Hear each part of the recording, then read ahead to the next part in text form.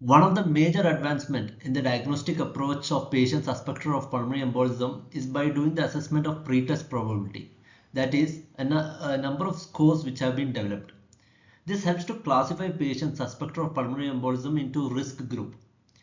Some of the scores are years criteria, revised Geneva criteria, and the Well score. Welcome to my channel. Today I will be discussing regarding the Well score, which is a 7-score bedside assessment to assess patients for patients suspected of pulmonary embolism. Well's clinical prediction score. It's validated score consisting of 7 variables which is assessed at the bedside rapidly to estimate the probability of pulmonary embolism. It consists of variables like DVT symptoms or signs such as unilateral leg swelling of calf tenderness, which is given 3 points.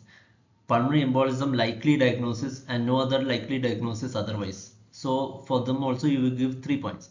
Heart rate of more than 100, 1.5. Immobilization for more than 3 days or equal to 3 days, or surgery within 4 weeks, you give 1.5 points.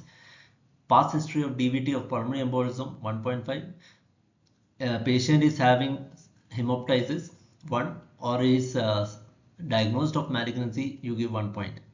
So you add all those points, and if the score comes less than 2, there is a low probability of pulmonary embolism, and after which you can subject the patient to Perk's criteria to rule out pulmonary embolism.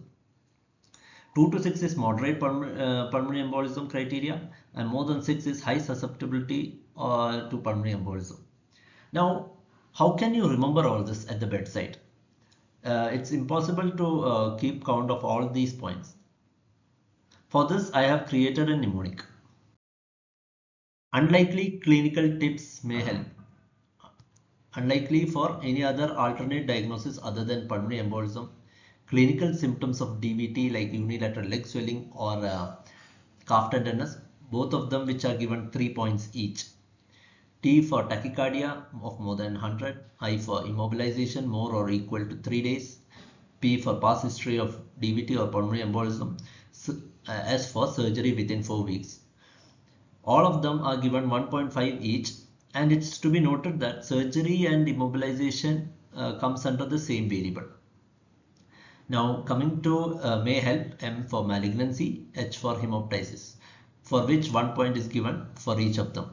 You add all those scores and you get a pretest probability score, based on which you can stratify the patients of susceptible of pulmonary embolism. Those who have a low pretest probability score, you can subject the patient to Perk criteria, after which you can rule out the patient of pulmonary embolism.